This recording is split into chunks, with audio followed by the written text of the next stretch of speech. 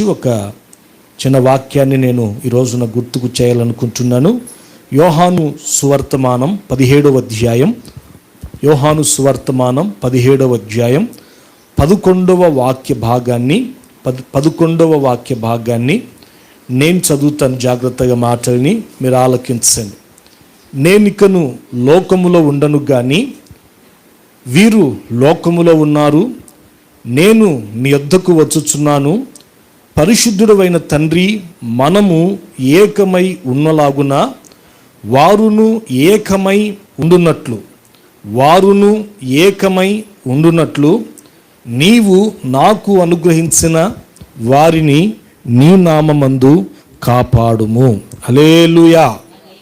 చూడండి, ఇప్పుడు మనం చదువుకున్న ఈ యొక్క వాక్య భాగంలో మనం గమనించినట్లయితే ఇది ఒక ప్రార్థన.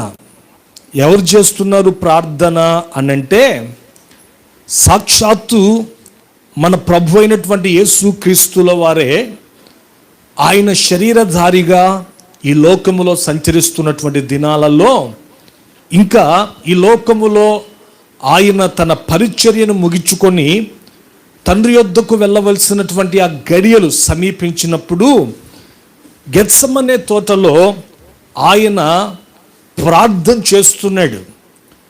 ఈ యొక్క అధ్యాయములో ఎవరిని గూర్చి ఆయన ప్రార్థన చేస్తున్నాడు అని మనం గమనిస్తే, మరి ఎవరిని గూర్చో కాదు కానీ ఆయనను వెంబడిస్తున్నటువంటి శిష్యులు ఉన్నారు కదా, ఆ శిష్యుల నిమిత్తమై ఆయన ప్రార్థన చేస్తున్నాడు. యేసు ప్రభుల వారు ఏమని ప్రార్థన చేస్తున్నాను అని అంటున్నాడంటే, ఏం చేస్తున్నాడంటే, నేను ఈ లోకములో ఇక ఉండను, నీ యొద్దకు రావాల్సినటువంటి ఆ గడియలు సమీపించాయి. ఈ లోకములో ఉన్న సర్వమానవాళి పాప పరిహారార్థ నిమిత్తమై నేను సిలువలో మరణమై ఆ యొక్క దినాలు సమీపించాయి. కాబట్టి ఇంతవరకు నేను ఈ లోకములో ఉన్నాను కాబట్టి నాకు మీరు అనుగ్రహించినటువంటి యొక్క 12 మందిని నేను ఏం చేస్తూ వచ్చాను అని అంటే, కాపాడుకుంటూ వచ్చాను. హల్లెలూయా. వారి మధ్యలో ఎన్నో విభేదాలు ఉన్నాయి. నేను వారితో ఉన్నప్పుడే, నేను వారితో కలిసి జీవిస్తున్నటువంటి దినాలలోనే ఒకరి మధ్యలో ఒకరికి ఎన్నో అసమాధానపు అనుభవాలు ఉన్నాయి. అయితే నేను ఉన్నాను కాబట్టి వారి యొక్క ఐక్యతను కాపాడుకుంటూ వచ్చాను. అయితే తండ్రి, ఇంకా నేను ఈ లోకములో ఉండను కాబట్టి వారి నిమిత్తమై నేను చేస్తున్నటువంటి ఒక విజ్ఞాపన, వారి నిమిత్తమై నేను చేస్తున్నటువంటి ఒక ప్రార్థన మీకు ఏమిటి అని అంటే, పరిశుద్ధుడైన తండ్రి, మనము ఏ విధంగా అయితే ఏకమై ఉన్నామో, హల్లెలూయా. యేసయ్య అంటాడు తండ్రికి ప్రార్థన చేస్తూ, పరిశుద్ధుడైనటువంటి తండ్రి, మనము ఏ విధంగా ఏకమై ఉన్నామో, నా తండ్రి, నీకు నాకు మధ్యలో ఉన్నటువంటి అనుబంధం ఎలాంటిది అనంటే, మనం ఏ విధంగా ఏకమై ఉన్నాము అనంటే, మరి ఏదైనా కూడా విడదీయలేనటువంటి ఒక అనుబంధాన్ని నీకు నాకు మధ్యలో మనము ఇద్దరం కూడా స్థాపించుకున్నాం. నా యొక్క ప్రార్థన ఏమిటి అనంటే, యేసయ్య అంటాడు తండ్రితో, మనము ఏకమై ఉన్నలాగున వారును కూడా వారి ఒకరి మధ్యలో ఒకరు ఏకమై ఉండునట్లు, వారి యొక్క ఐక్యతను కాపాడుకునేటట్లు, ఒకరి ఎడల ఒకరు ప్రేమ, ఆప్యాయత, అనురాగాలు కలిగి జీవించేటట్లు వారిని ఏం చేస్తావు అనంటే, నీవే కాపాడు అని చెప్పి వారి నిమిత్తమై యేసు ప్రభుల వారు అక్కడ విజ్ఞాపన చేస్తున్నట్లుగా మనం లేఖనాల్లో మనం చూస్తున్నాం. అంటే గమనించండి దేవుని బిడ్డలారా, ఈ వాక్యాన్ని రోజున, ఈ పునరుత్థాన దినమున పరిశుద్ధాత్మ దేవుడు మనకెందుకు గుర్తు చేస్తున్నాడు అని అంటే, ఈ రోజున మనం ఆరాధిస్తున్నటువంటి యేసు ప్రభుల వారు ఉన్నారు కదా. ఎవరు అందరు చెప్పండి? మనం ఆరాధిస్తున్న యేసు ప్రభుల వారు ఉన్నారు కదా. ఆయన ఈ లోకములో ఆయనను వెంబడిస్తున్నటువంటి ఆయన బిడలమై ఉన్నటువంటి మన పట్ల ఆయనకున్నటువంటి ఆలోచన ఏమిటి అని అంటే, ఈ వాక్య భాగం ఏమని చెప్తుంది అని అంటే, ఈ లోకములో దేవుడు మనకు బంధాలను ఇచ్చాడు. ఈ లోకంలో దేవుడు మనకు ఏమి ఇచ్చాడండి? ఈ లోకంలో మనకు దేవుడు ఇచ్చినటువంటి బంధాలు ఏంటంటే వివాహ బంధం, ఇంకా చెప్పాలంటే స్నేహ బంధం, ఇంకా చెప్పాలి అని అంటే ఈ రోజున విశ్వాసులకు మధ్యలో, లేకపోతే విశ్వాసులకు సేవకుల మధ్యలో ఉన్న బంధం ఏంటి అని అంటే ఆత్మానుబంధం. దేవుని బిడ్డలారా, తర్వాత అన్నదమ్ముల బంధాలని కూడా, అక్క చెల్లెండ్ర బంధాలని కూడా ఇంకా చెప్పుకుంటూ వెళ్ళాలంటే అత్త కోడళ్ళ మధ్యలో ఉన్నటువంటి ఈ యొక్క బంధాలన్నింటినీ కూడా మనం చూస్తూ ఉంటాం. అయితే ఈ రోజున ఈ బంధాల పట్ల మనం ఆరాధిస్తున్నటువంటి యేసు ప్రభుల వారి యొక్క కోరిక, డిజైర్ ఏంటి అనేసి మనం గమనిస్తే ఈ వాక్యం ఏమని చెప్తుంది అనంటే, దేవుని బిడ్డలారా చూడండి, యేసయ్య తండ్రికి ప్రార్థన చేస్తున్నప్పుడు ఏమంటున్నాడంటే, నీవు నేను ఏకమై ఉన్నలాగున వారు కూడా వారికి అనుగ్రహించినటువంటి బంధాలలో ఏకమై ఉండులాగున ఒకరి ఎడల ఒకరు ప్రేమ, ఐక్యత, సహవాసం, అనురాగములు కలిగి జీవించేటట్లు వారిని నీవు కాపాడమని ప్రార్థన చేస్తున్నాడు. అంటే దేవుని పిల్లలమైనటువంటి మన పట్ల దేవుని యొక్క ఆలోచన, యేసయ్య యొక్క ఆలోచన, ఆయన మనకు అనుగ్రహించిన మన బంధాల పట్ల ఏమిటి అని అంటే, ఈ వాక్యం ఏమని చెప్తుంది అని అంటే, ఈ రోజున మనకు అనుగ్రహించినటువంటి ప్రతి బంధములో మనం ఎలా ఉండాలి అని అంటే, ప్రతి ఒక్కరితో కూడా ఏకమై ఉండాలి, ఇంకా చెప్పాలంటే ఐక్యత కలిగి ఉండాలి, ఒక అన్యోన్యమైనటువంటి సహవాసం కలిగి ఉండాలి అనేసి ఈ రోజున ఈ వాక్యం మనల్ని హెచ్చరిస్తుంది. ఇంకా ఒక మాటలో చెప్పాలి అని అంటే, ఈ రోజున ఈ యొక్క వాక్యాన్ని బట్టి ఒక సేవకునిగా నేను మీకు చెప్పాలనుకుంటున్న మాట ఏంటంటే, దేవుడు మనకు అనుగ్రహించిన ప్రతి బంధాల్ని మనము పడగొట్టుకునేటువంటి వ్యక్తులుగా ఉండకూడదు, ప్రతి బంధాల్ని మనము కట్టుకునేటువంటి వ్యక్తులుగా ఉండాలని వాక్యం హెచ్చరిస్తుంది. హల్లెలూయా, హల్లెలూయా. చూడండి, దేవుని యొక్క యేసయ్య యొక్క ఆలోచన ఏమిటంటే, బంధాల విషయంలో మనకు దేవుడు అనుగ్రహించిన ప్రతి బంధాల్ని మనం కట్టుకోవాలి, ప్రతి బంధాల విషయంలో ప్రేమ కలిగి ఉండాలి, ఐక్యత కలిగి ఉండాలి అనేసే దేవుని యొక్క ఆలోచన. అందుకే మీరు ఈ పరిశుద్ధ గ్రంథమైనటువంటి బైబిల్లో మీరు చదువుకుంటూ వెళ్తే చూడండి, కొన్ని చోట్ల కొన్ని సందర్భాలలో యేసు ప్రభు ఆయన చెప్పినటువంటి మాటలు ఈ యొక్క బంధాల విషయంలో మనం చూచినట్లయితే, ఓ రోజున శాస్త్రులు పరిసయ్యులు యేసు ప్రభు దగ్గరికి వచ్చారు. ఎవరి దగ్గరికి వచ్చారు? అందరు చెప్పండి. యేసు ప్రభు దగ్గరికి వచ్చి యేసు ప్రభుని ఏమన్నారంటే, అయ్యా ఇదిగో మోషే ద్వారా దేవుడు ఆయన మనకి 10 ఆజ్ఞలు ఇచ్చాడు కదా, ఈ 10 ఆజ్ఞలలో ఏది శ్రేష్టమైందో ఒక 2 శ్రేష్టమైనటువంటి ఆజ్ఞల్ని చెప్పమని చెప్పేసి మార్క్సు వర్తమానం 12వ అధ్యాయం 28వ వాక్య భాగములో యేసు ప్రభుని అడిగిన వెంటనే అప్పుడు యేసు ప్రభు ఆ ముఖ్యమైనటువంటి 2 ఆజ్ఞలు ఏంటో యేసయ్య చెప్పాడు. వాటిలో మొట్టమొదటి ఆజ్ఞ ఏమిటి అని అంటే, అందుకు యేసు ప్రధానమైన ఆజ్ఞ ఏదనగా, ఓ ఇశ్రాయేలు వినుము, మన దేవుడైన ప్రభువు, అద్వితీయ ప్రభువు, నీవు ఆయనని నీ పూర్ణ హృదయముతోను నీ పూర్ణ ఆత్మతోను ప్రభువుని ప్రేమించవలెను అని అన్నాడు.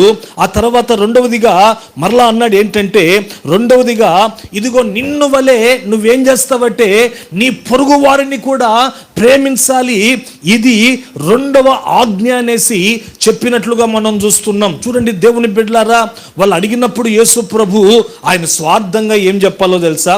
ఆయన స్వార్థంగా ఏమనాలంటే, మీరు పూర్ణ హృదయముతో నన్ను ప్రేమిస్తే చాలు అనాల. అంతే కదండి. ఈ రోజున ఈ లోకం స్వార్థపూరితమైనటువంటి లోకమే కదా. ఈ లోకంలో మనుషులు కూడా ఎంతసేపు స్వార్థంగానే ఆలోచిస్తారు. నేను, నా కుటుంబం, నా పిల్లలు అనేటట్లు స్వార్థంగానే ఆలోచిస్తారు. కాబట్టి యేసు ప్రభు కూడా స్వార్థంగా ఆలోచించి ఏమనాలంటే, మీరు నన్ను ప్రేమిస్తే చాలు, ఇంకా ఎవరిని ప్రేమించకపోయినా, ఎవరితో బంధాలు కట్టుకోకపోయినా సరిపోతుంది అని అనింటే బాగుండేది. అయితే చూడండి, 2వ ఆజ్ఞ యేసు ప్రభు ఏం చెప్తున్నాడో తెలుసా? మీరు మీ దేవుడైన యెహోవాను పూర్ణ మనసుతో ఎలా అయితే మీరు ఆరాధిస్తారో అలాగుననే మీ పొరుగు వారిని కూడా పొరుగువారంటే ఎవరు అని అంటే నీ దేవుడు నీకు అనుగ్రహించినటువంటి ప్రతి బంధాన్ని కూడా ఏం చేయాలంటే యేసయ్యను నువ్వు ఎలా అయితే, దేవుని నువ్వు ఎలా అయితే పూర్ణ మనస్సుతో పరిపూర్ణ ఆత్మతో ప్రేమిస్తున్నావో అలాగుననే ప్రేమించాలి. అది 2వ ఆజ్ఞ అనేసి ఖచ్చితంగా చెప్పినట్లుగా మనం చూస్తున్నాం. చూడండి, ఇంకా కొన్ని మాటలు బైబిల్ గ్రంథంలో నేను చదువుకుంటూ వెళ్తే నాకు చాలా ఆశ్చర్యం కలిగాయండి.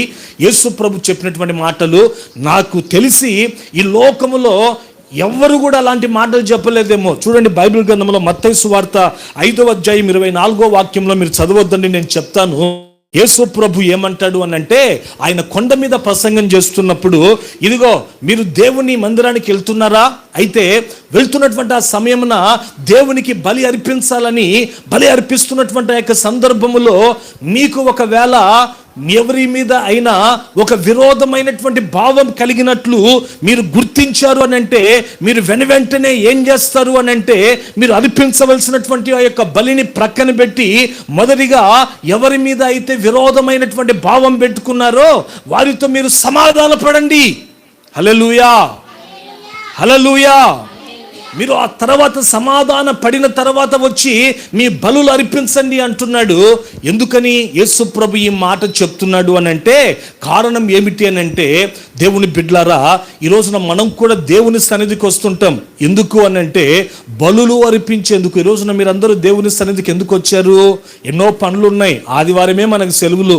చక్కగా ఇంట్లో కూర్చొని బట్టలు ఉతుక్కోవచ్చు, లేకపోతే ఇంట్లో కూర్చొని చక్కగా మటన్ తెచ్చుకొని వండుకొని శుభ్రంగా పిల్లాజలతో హ్యాపీగా ఉండొచ్చు. ఎందుకు వచ్చాం మనం దేవుని సన్నిధికి అని అంటే, కారణం ఏంటంటే దేవునికి బలి అర్పించాలని చెప్పేసి. మీరు అనొచ్చు, బలులు పాత నిబంధన కాలంలో కదా పాస్టర్ గారు అర్పించేది, ఇప్పుడు మేమేం బలులు అర్పిస్తాము అని అంటే, దేవునికి నీవు చేసే స్తుతి ఆరాధన ఏంటి అంటే అది ఒక బలి. హల్లెలూయా, హల్లెలూయా.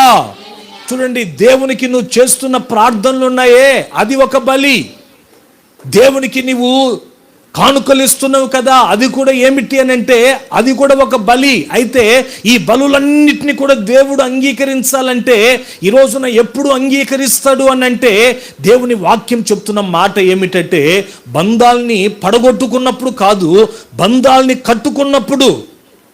బంధాల్ని కట్టుకున్నప్పుడు దేవుడు అంటాడు, నీకు బలి అర్పిస్తున్న సందర్భంలో ఎవరితోనైనా అసమాధానంగా ఉంటే నీవు నాకు బలి అర్పించాల్సిన పని లేదు. అది కాదు నీకు ముఖ్యం. ఏది నీకు ముఖ్యం అంటే, మొదట నీ ప్రతివాదితో పోయి సమాధాన పడి వచ్చి బలి అర్పించు, అప్పుడు నేను అంగీకరిస్తాను అంటాడు.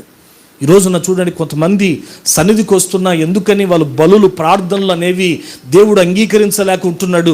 కారణం ఏమిటి అని అంటే, ఎవరితోనూ అసమాధానంగా ఉంటారు. ఈ రోజున ఈ వర్తమానం వింటున్నటువంటి మీ దైనందిక జీవితాల్లో దేవుని బిడలారా, నీ బలి అంగీకరించబడాలంటే నీవు సమాధానం కలిగి ప్రతి ఒక్కరితో ఉండాలి. ఇంకా చెప్పాలంటే యోహాను పత్రికలో అపోస్తలుడైనటువంటి యోహాను గారు కూడా ఒక చక్కటి మాట అంటాడండి. ఏంటి ఆ మాట అనంటే, యోహాను పత్రికలో మొదటి పత్రిక 4వ అధ్యాయం 20వ వాక్య భాగంలో ఏమంటాడు అనంటే, దైవజనుడు ఎవడైనను దేవుణ్ణి ప్రేమిస్తున్నానని చెప్పి తన సహోదరుణ్ణి ద్వేషించిన ఎడలా, ద్వేషించడం అంటే బంధాల్ని పడగొట్టుకోవడమే, అంతే కదండి. ద్వేషించడం అంటే ఏంటండి? బంధాల్ని కట్టుకోవడం కాదు కానీ పడగొట్టుకోవడమే. తన సహోదరిని ద్వేషించినలా ఇదిగో అతడు ఏమవుతాడు అనంటే, నేను చెప్పట్లేదు కానీ అపోస్తలుడైనటువంటి యోహాను గారు చెప్తున్నారు. ఏమని అనంటే, దేవుణ్ణి ప్రేమిస్తున్నానని చెప్పి తన తోటి ఉన్నటువంటి తన సహోదరుణ్ణి ప్రేమించకపోతేనట, ద్వేషిస్తేనట, అతడు ఎవరు అనంటే అబద్ధికుడు అంటున్నాడు యోహాను గారు. అబద్ధికుడు అని అంటున్నాడు. చూడండి, తన కంటికి కనబడనటువంటి దేవుణ్ణి ప్రేమిస్తున్నానని చెప్పి తన కంటికి కనబడేటువంటి తన సహోదరుని ద్వేషిస్తే వాడు అబద్ధికుడు కాకుండా వాడులో సత్యం అనేది ఎలా ఉంటుంది అని, ఇదిగో దేవుణ్ణి ప్రేమిస్తున్నానని మీరు చెప్తూ మీ సహోదరుణ్ణి మీరు ద్వేషించిన ఎడల యోహాను గారు అంటున్నారు ఏమన్నంటే, మీలో సత్యము లేదు, ఇదిగో మీరు అబద్ధికులు. ఇదిగో దేవుణ్ణి ఎలాగైతే మనం ప్రేమిస్తున్నామో మన పొరుగు వారిని కూడా ప్రేమించవలనన్న ఆజ్ఞ అది మీకు తెలియదా అంటాడు ఆ పత్రికల్లో.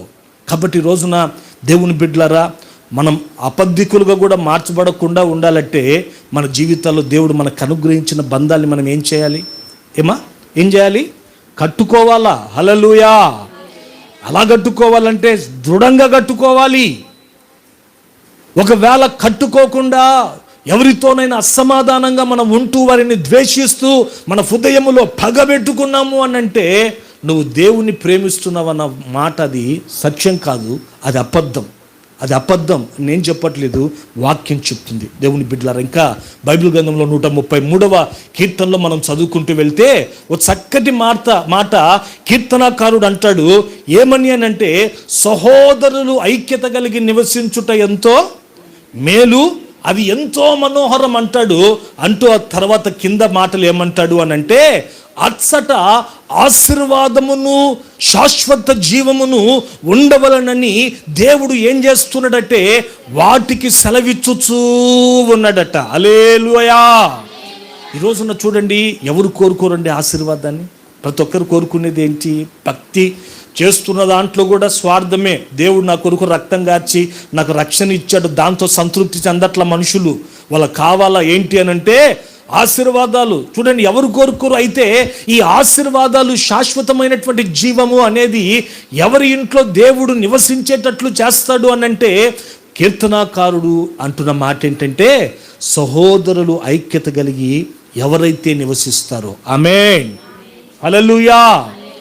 సహోదరులు ఐక్యత కలిగి ఎవరైతే నివసిస్తారో, ప్రతి బంధములో ఒక ఐక్యత, క్లోజ్ ఫెలోషిప్, విడదీయలేనటువంటి ఒక అనుబంధాన్ని కలిగి ఈ లోకంలో జీవిస్తారో అలాంటి వారి కుటుంబంలోనే ఏముంటుంది అని అంటే ఆశీర్వాదము, శాశ్వత జీవం ఉంటుంది అని అంటున్నాడు. కాబట్టి రోజున ఈ మాటలన్నీ కూడా ఈ శ్రేష్టమైన పునరుత్థాన దినమున పరిశుద్ధాత్మ దేవుడు మనతో ఎందుకు మాట్లాడుతున్నాడు అనంటే మనం గ్రహించాలి. ఇంతవరకు ఒకవేళ ఈ వాక్యాలు మనకు తెలియక మన బంధాలని మనం కట్టుకోకుండా పడగొట్టుకుంటూ వచ్చామేమో, ఈ రోజున ప్రభు మనతో మాట్లాడుతుంటుండగా ఈ రోజున ఒక తీర్మానం చేసుకోవాలి. ఏంటి అనంటే, ప్రభువా, నీవు నాకు అనుగ్రహించిన ప్రతి బంధాన్ని ఈ లోకములో నేను కట్టుకుంటాననే తీర్మానం మనం చేసుకొనగలిగినట్లయితే నిశ్చయముగా నా దేవుడు ఆయన ఆశీర్వాదమును, శాశ్వత జీవమును మీ ఇళ్ళల్లో ఉండేటట్లు మిమ్మల్ని ఆశీర్వదిస్తాడు. హల్లెలూయా. హల్లెలూయా. చూడండి దేవుని బిడ్డలారా, ఈ మాటలు వింటున్నప్పుడు ఇలాంటి మాటలు కొన్నిసార్లు మా దగ్గరికి కొన్ని కుటుంబాలు వచ్చినప్పుడు మేము కూడా చెప్తున్నప్పుడు చాలామంది మాతో చెప్పేటువంటి మాట ఏంటో తెలుసా? ఏమండి పాస్టర్ గారు, మీరైతే బంధాలు కట్టుకోమని చెప్తున్నారు, బాగానే ఉంది. అయితే ఇదిగో పాస్టర్ గారు, మేము కూడా బంధాలు కట్టుకోవాలని చెప్పి ఎన్నో ప్రయత్నాలు చేస్తున్నాం. ఎటువంటి ప్రయత్నాలు చేస్తున్నామో తెలుసా?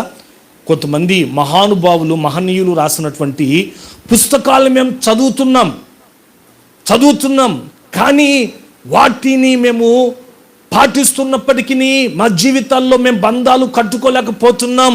మేము కట్టుకునేటువంటి విషయంలో మేము విఫలమైపోతున్నాం.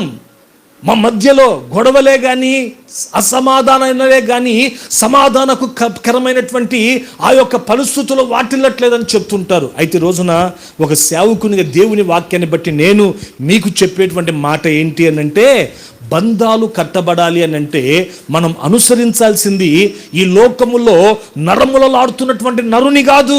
ఎవరిని అనుసరించాలి అని అంటే ఈ రోజున మనం ఆరాధిస్తున్నటువంటి యేసు ప్రభుల వారిని మాత్రమే మనం అనుసరించాలి. ఎందుకని అని అంటే కారణం ఏంటి? మనుషులు బంధాలు కట్టబడేటట్లు ఎన్నెన్నో పుస్తకాలు బుక్ స్టోర్లో రాసి పెట్టారు కదా మహానుభావులు. వాళ్ళు ఎంతో అనుభవంగా రాసి ఉంటారు కదా అని మీరు అనొచ్చు. అయితే రోజున మనుషులు ఎలాంటి వారు అని అంటే నేను చెప్పట్లేదు, వాక్యం ఏమని చెప్తుందంటే వారు చెప్పనీకి మాత్రం, రాయనీకి మాత్రం బాగానే రాస్తారు, చెప్తారు. కానీ వాటిని అనుసరించేటువంటి విషయంలో దేవుని బిడ్డలారా ఫెయిల్. వారిని అనుసరించేటువంటి విషయంలో ఫెయిల్ అయినారు. అసలు రాసినటువంటి వారి బంధాలనే మనం చూసినట్లయితే కట్టుకోలేకపోయారు. అటువంటి వారి మాటలు వింటే, అటువంటి వారు రాసినటువంటి పుస్తకాలు మనం చదివితే మన బంధాలు ఎట్లా కట్టబడతాయండి? చూడండి, బైబిల్లో మీరు మత్తయి సువర్తమానంలో మత్తయి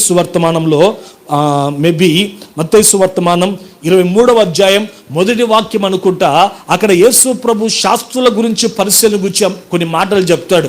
ఏమని అనంటే, ఇదిగో ఈ శాస్త్రులు పరిసయ్యులు మీతో చెప్పు వాటిని మీరు ఏం చేస్తారంటే అనుసరించండి, వాటిని గైకొని అనుసరించండి, కానీ వారి క్రియలను మీరు పొరపాటును కూడా చేయకండి అని అంటాడు యేసు ప్రభు.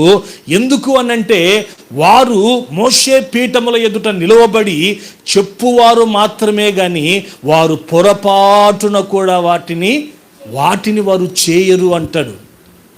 మీరు వారి దగ్గరికి వచ్చినప్పుడు భారభరితమైనటువంటి ఆజ్ఞలు మీ మీద మోపుతారే కానీ వారు వేలుతోనైనా వాటిని ఏం చేయరంటే కదిలింపరు అంటాడు. అంటే ఈ లోకంలో బంధాలు కట్టబడేటట్లు అనేక మంది ఎన్నో మాటలు చెప్పారు. వాళ్ళ మాటలు అనుసరిస్తే, మనుషుల మాటలు అనుసరిస్తే బంధాలు కట్టబడవు. ఎందుకు అనంటే మనుషులు చెప్పేవారే కానీ చేసేవాళ్ళు ఒక్కడు లేడండి. ఈ లోకంలో చెప్పి దాని బంధాలను గురించి చెప్పి దాని ప్రకారంగా జీవించినటువంటి వాడు ఈ లోకంలో ఎవడైనా ఒకడు ఉన్నాడా అనంటే ఆయన ఒకే ఒక్కడు. ఆయనే ఎవరు అనంటే నేను ప్రకటిస్తున్నటువంటి నజరేయుడైన యేసు. కొట్టండి గట్టిగా చప్పట్లు. నేను ప్రకటిస్తున్నటువంటి నజరేయుడైనటువంటి యేసు ప్రభుల వారు ఎవరు అనంటే ఆయన బంధాలను గురించి చెప్పడం మాత్రమే కాదు, కానీ బంధాలు దృఢంగా కట్టబడేటట్లు ఆయన తన మాదిరికరమైనటువంటి అడుగు జాడల్ని ఈ లోకములో ఉంచి వెళ్ళినట్లుగా మనం చూస్తాం. చూడండి, బైబిల్ గ్రంథములో యోహాను సువర్తమానం 13వ అధ్యాయం 15వ వాక్యంలో మనం గమనిస్తే యేసు ప్రభు ఎవరు అనంటే ఆయన భూమి ఆకాశాలని సృజించినటువంటి సృష్టికర్త. ఎవరండి యేసు ప్రభు? అందరు చెప్పండి.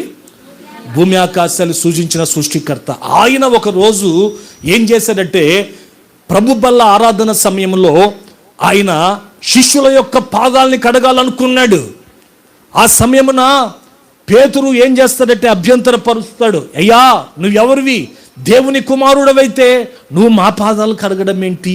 అంతగా నువ్వు ఎందుకు తగ్గించుకోవాలి అని అంటే, దేవుని బిడ్డలారా, ఆ సమయమున యేసు ప్రభు ఒక చక్కటి మాట అంటాడు.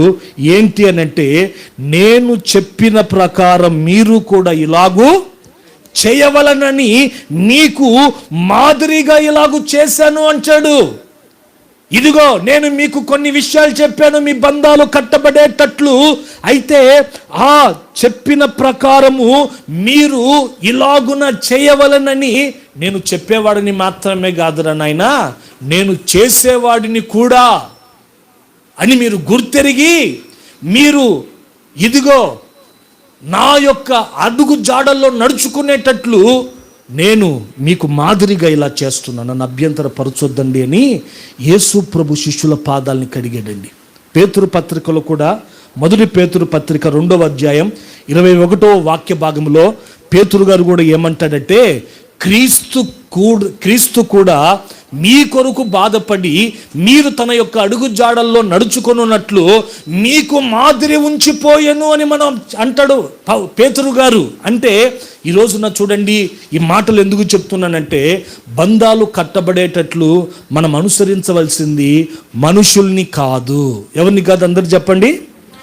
మనుషుల్ని కాదు. మనుషులు చెప్పేవారే కానీ చేసేవారు కాదు. ఈ రోజున బంధాలు కట్టబడేటట్లు ఎవరిని అనుసరించాలంటే మన యేసయ్యను మనం అనుసరించాలి. బంధాలు కట్టబడేటట్లు ఎన్నో మాటలు బైబిల్లో యేసయ్య చెప్పాడు. అలాగనే మాదిరికరంగా ఈ లోకములో ఆయన జీవించాడు.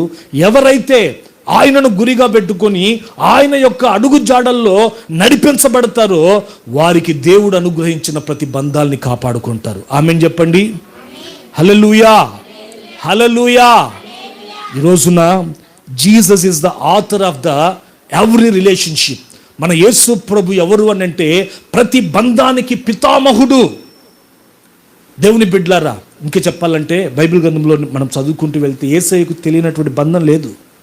ఆయన పిల్లలకు చూడండి కొన్ని సందర్భాల్లో ఏమంటాడు అని అంటే, ఒకని తండ్రి వాని ఎడల జాలి పడినట్లు యెహోవా తన యందు భయభక్తులు గల వారి యందు జాలిపడును అంటాడు. ఆమేన్. అంటే యేసయ్య తన పిల్లలకు తండ్రిగా ఉన్నాడు. ఇంకో సందర్భంలో మనం చూస్తే తల్లిగా కూడా ఉన్నాడండి. ఒకని తల్లి వానిని మరచినా నేను నిన్ను మరువను. ఒకని తల్లి వానిని ఆదరించున్నట్లు నేను మిమ్మల్ని ఆదరిస్తాను. మరొక సందర్భంలో తన పిల్లలకి ఆయన ఎలా ఉన్నాడంటే భర్తగా ఉన్నట్లుగా కూడా మనం చూస్తాం. ఇంకా ఒక కాపురిగా ఉన్నట్లుగా మనం చూస్తాం. దావీదు భక్తుడు 23వ కీర్తనలో అంటాడు కదా, ఏమనంటే యెహోవా నా కాపరి, నాకు లేమి కలగదు అని. ఇంకా ఒక స్నేహితునిగా ఉన్నట్లుగా మనం చూస్తాం. అంటాడు కదా, నేను మిమ్మల్ని దాసులుగా పిలవదలుచుకోలేదు అని అంటాడు. ఏమనంటే నేను స్నేహితుడిగా నేను మిమ్మల్ని పిలవాలనుకుంటున్నాను. చప్పలు కొట్టండి గట్టిగా. అంటే యేసయ్యకు తెలియనటువంటి బంధం అంటూ ఈ లోకములో ఏది లేదు. ఆయనను అనుసరిస్తేనే మన యొక్క బంధాలు ఏమైతాయంటే ఈ లోకంలో కట్టబడతాయి. దేవుని బిడ్డలారా, ఆయనను అనుసరించకుండా మనుషుల్ని అనుసరిస్తే మన బంధాలు కూలిపోతాయి. అది మనం గుర్తించాలి. మనుషుల మాటలు వింటే మన బంధాలు కూలిపోతాయి. చూడండి, ఈ రోజున యేసయ్యను అనుసరించాలి అని దేవుని వాక్యం చెప్తుంది కదా, బంధాలు కట్టబడేటట్లు. ఆయన బంధాలు కట్టబడేటట్లు మాదిరికరమైన అడుగు జాడల్ని ఉంచి వెళ్ళడని వాక్యం చెప్తుంది కదా. ఈ రోజున యేసయ్య బంధాలు కట్టబడేటట్లు ఆయన ఉంచి వెళ్ళినటువంటి మాదిరికరమైనటువంటి అడుగు జాడలు ఏంటి అని మనం చూస్తే బైబిల్లో చూడండి ఒక 7 విషయాలు ఉన్నాయి. అయితే క్లుప్తంగా నేను చెప్తాను.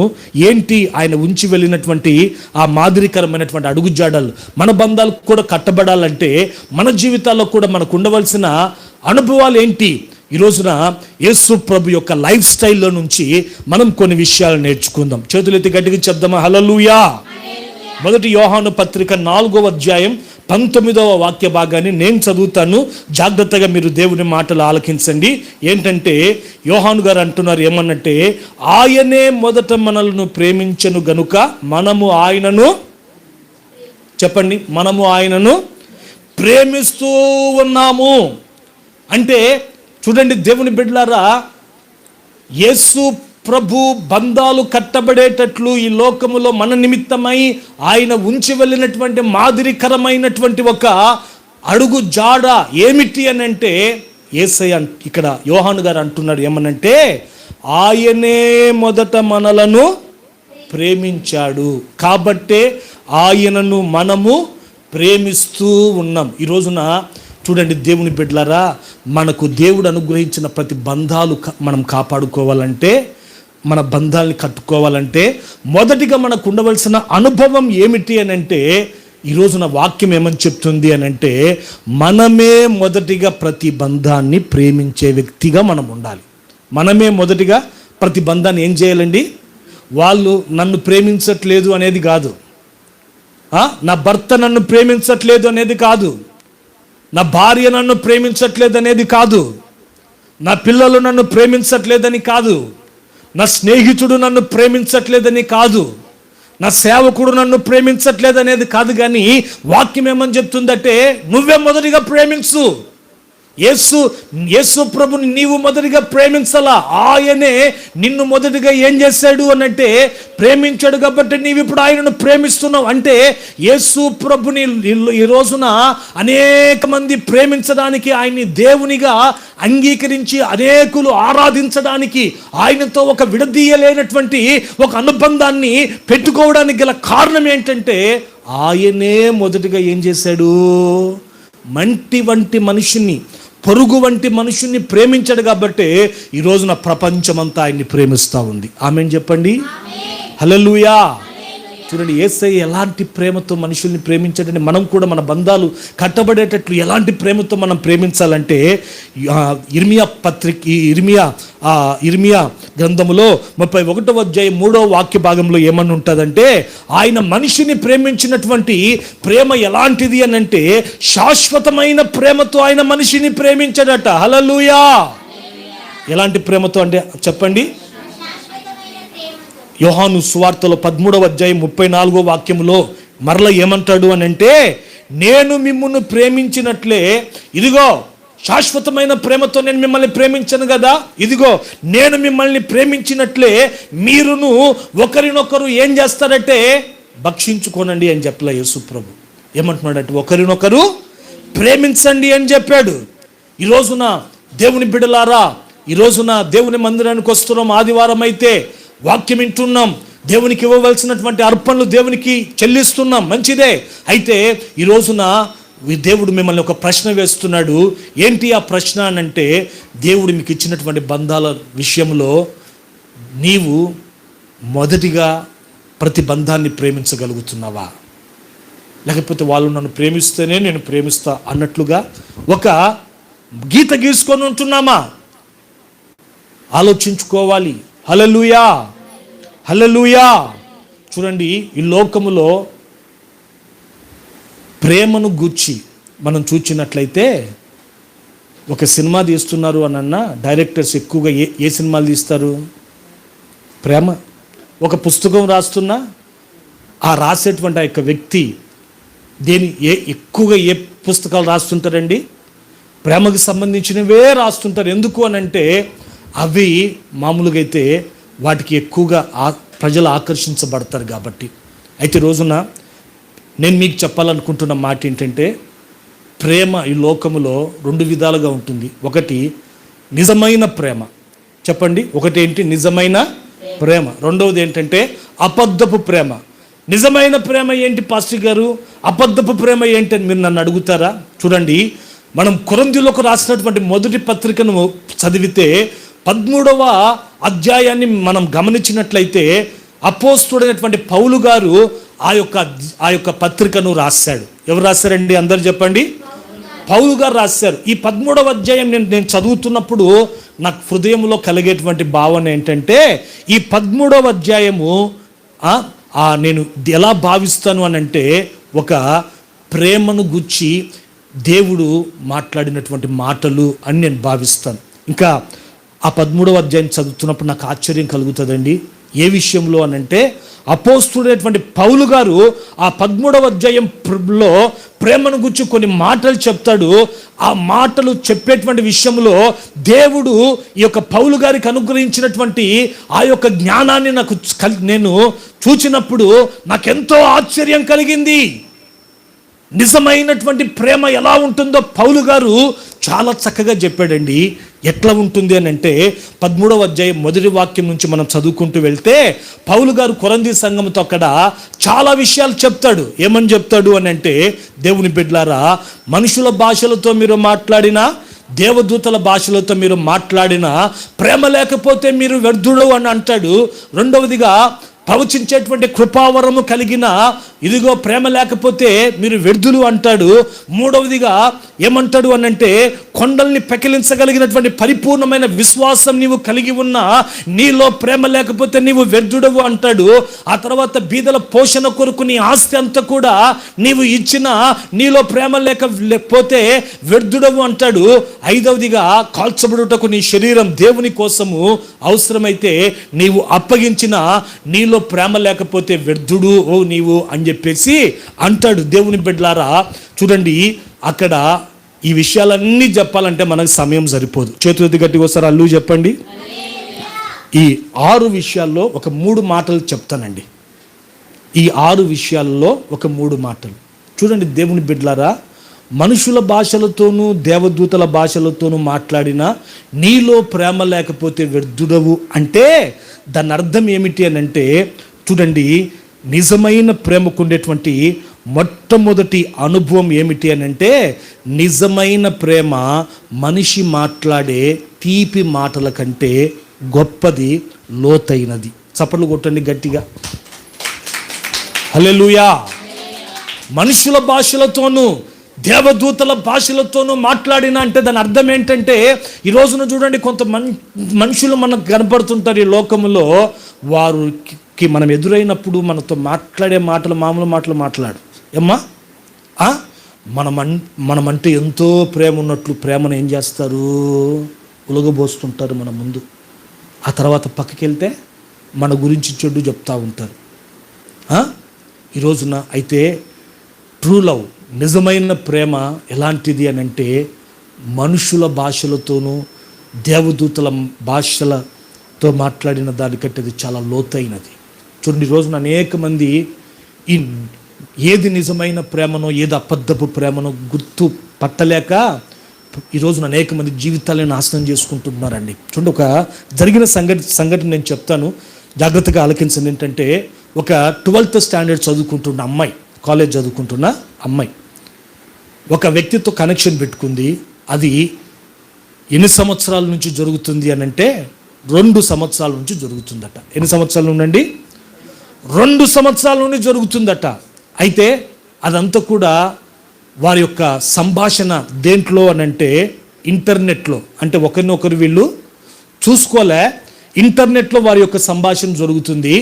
మొత్తం మీద ఒక రోజున అతను ఏమన్నాడంటే, నేను మీ ఊరికి వచ్చాను, నేను నిన్ను చూడాలనుకుంటున్నాను, ఓ రోజు నేను మీ ఇంటికి వస్తాను అన్నాడట. అంటే ఆ పాప అనిందట, అయ్యో మా ఇంట్లో మా మమ్మీ మా డాడీకి తెలిసిందంటే ఇంకేం లేదు, మామూలుగా ఉండదు పరిస్థితి, కాబట్టి ఇదిగో అదైతే మా ఇంటికైతే రావద్దు అంటే అతనేమన్నాడంటే, సరే సరే నీ ఇంటికైతే నేను రానులే, కానీ కాలేజ్ అయిపోయిన తర్వాత నేను నీ గేట్ ముందు ఒక ఆటో పెట్టుకుని ఉంటాను, నీ కోసం వెయిట్ చేస్తూ ఉంటా, నువ్వేం చేస్తావంటే వెంటనే స్కూల్ అయిపోయిన వెంటనే గేట్ బయటకు రా, ఆటోలో నేను కూర్చొని ఉంటా, ఇద్దరం కాస్త అట్లా బయటికి వెళ్దాం, కాసేపు మాట్లాడుకుందాం అని చెప్పిన వెంటనే ఆమె ఎంతో ఎక్సైట్మెంట్గా ఫీల్ అయిందట. ఎందుకంటే 2 సంవత్సరాలు ఒకరినొకరు చూసుకోకుండా వాళ్ళు సంభాషించుకుంటున్నారు కదా.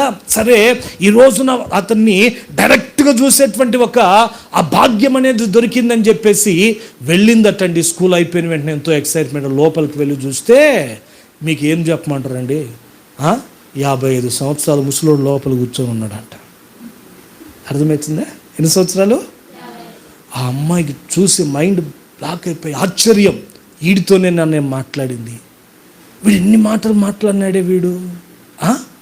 ఈ రోజున చూడండి, ఇది కాదండి నిజమైన ప్రేమ. ఇది ఏమంటారంటే వ్యామోహం అంటారు. దేవుని బిడ్డలారా, ఏది నిజమైన ప్రేమ, ఏది అబద్ధపు ప్రేమ మన జీవితాల్లో మనం గుర్తెరిగినవలసినటువంటి వారమై ఉంటున్నాము.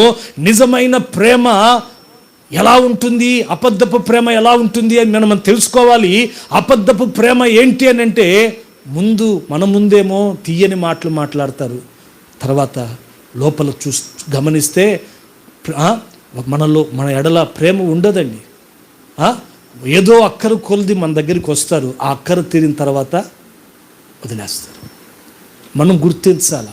ఇంకా తర్వాత ఏమంటాడు పౌలు గారు అని అంటే, ప్రవచించేటువంటి కృపావరములు నీవు కలిగి ఉన్నా. హల్లెలూయా. ప్రవచించేటువంటి కృపావరములు అంటే చూడండి, కొంతమంది ప్రేమ ఉండదు కానీ స్మార్ట్ ఎక్సర్సైజ్ చేస్తుంటారు. ఏం చేస్తుంటారండి? స్మార్ట్ ఎక్సర్సైజెస్ అంటే ఏంటి? భార్యను ఎట్లా కోపం చల్లార్చాలో అయ్యగారికి బాగా తెలుసు. హల్లెలూయా. ఏ స్విచ్ నొక్కితే ఏ ఫ్యాన్ తిరుగుతుందో బాగా తెలుసు. మంచి భార్యను ఎట్లయినా కానీ కూల్ చేయాలని చెప్పి కొంతమంది వారికి బహుమానాలను ఇచ్చి ఏం చేస్తుంటారండి,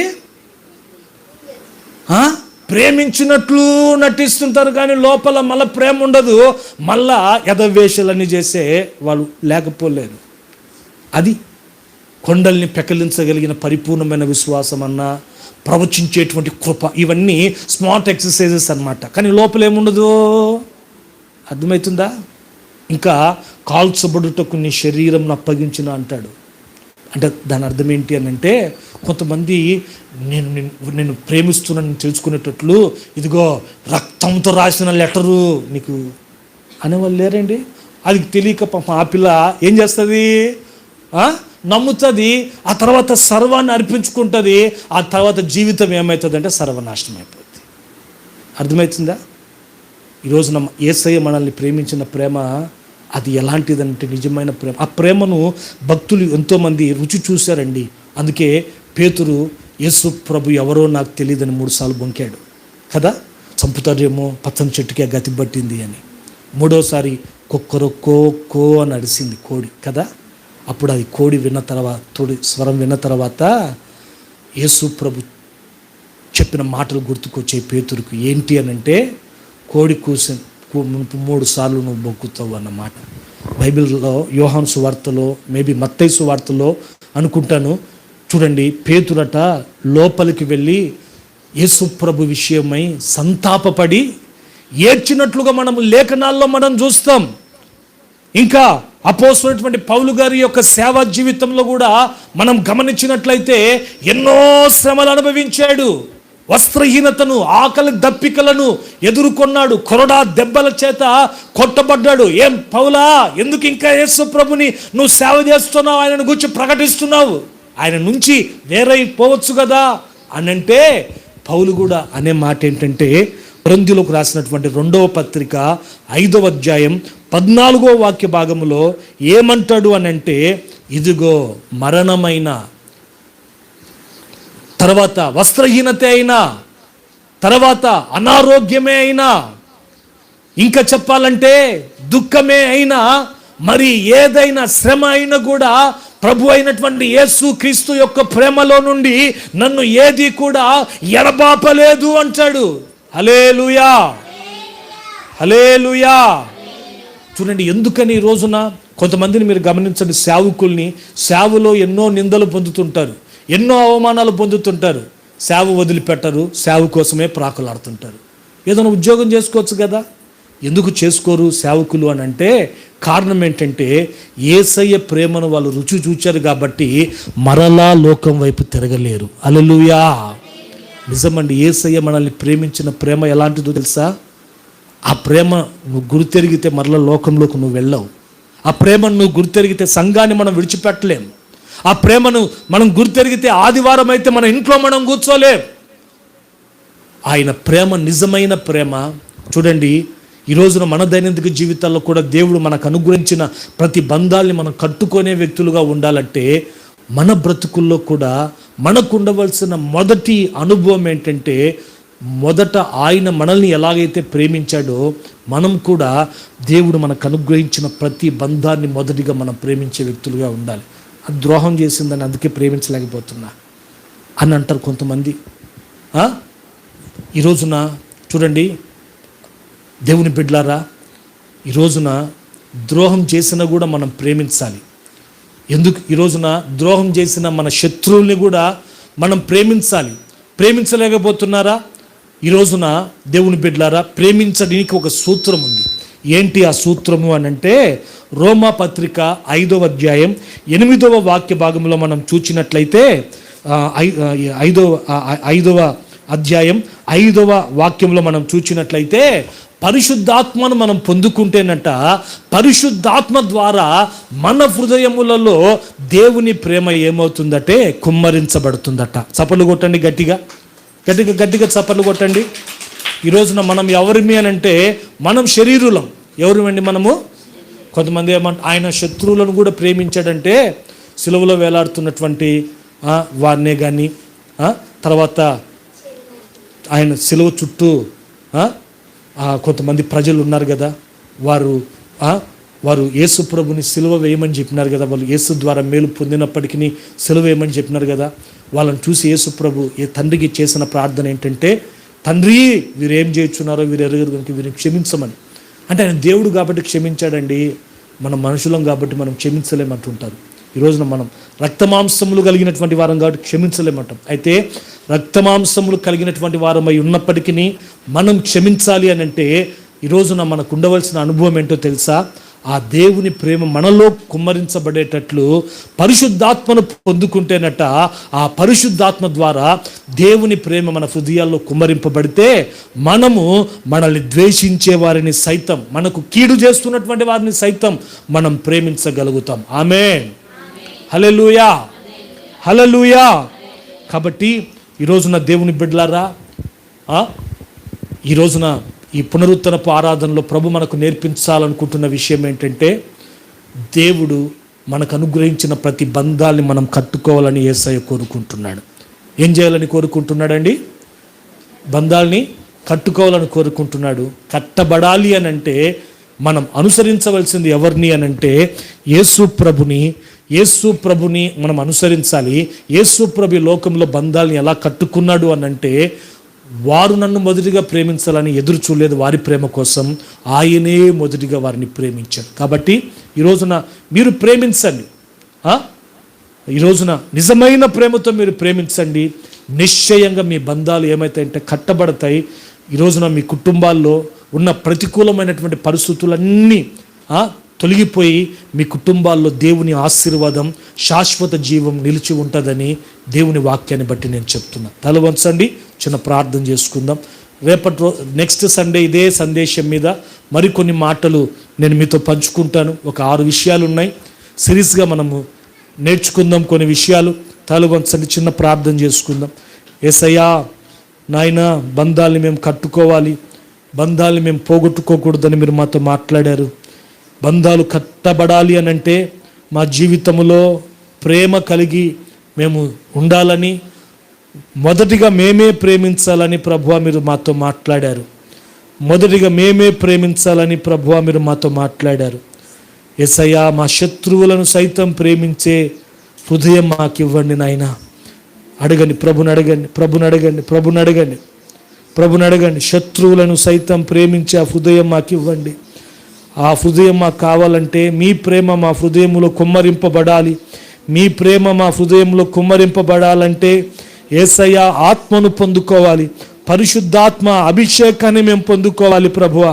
పరిశుద్ధాత్మ ఎవరి హృదయములో నింపబడితే, ఎవరు హృదయములో నింపబడి ఉంటుందో వారు ప్రభువా నాయనా శత్రువులను సైతం ప్రేమిస్తారని ప్రభువా మీరు మాతో మాట్లాడారు. యేసయ్యా, శత్రువులను సైతం ప్రేమించేటట్లు నా తండ్రి మీరు మాకు కృప దయచేయండి, మీరు మాకు కృప దయచేయండి. అందరూ ప్రార్థన చేసుకోండి, అందరూ ప్రార్థన చేసుకోనండి, అందరూ ప్రార్థన చేసుకోండి. నీ ప్రార్థన అంగీకరించబడాలన్నా, ఈ రోజున నీ బలులు నీ ఆరాధన అంగీకరించబడాలన్నా అందరితో సమాధానంగా ఉండాలి, అందరితో సమాధానంగా ఉండాలి, అందరితో సమాధానంగా ఉండాలి. అందరూ ప్రార్థన చేసుకోండి, ప్రార్థన చేసుకోండి.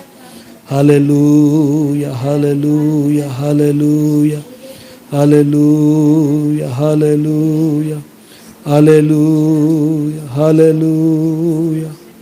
యేసయ్యా మీకు వందనాలు, మీకు వందనాలు, మీకు వందనాలు, మీకు వందనాలు తండ్రి, మీకు వందనాలు, మీకు వందనాలు అయ్యా, మీకు వందనాలు తండ్రి, మీకు వందనాలు. హల్లెలూయా, హల్లెలూయా. విడదీయగలరా ఎవరైనాను మరి ఏదైనాను, రాజా జగమెరిగిన నా యేసు రాజా, రాజా మెరిగిన నా యేసు రాజా. రాగాలలో అనురాగాలు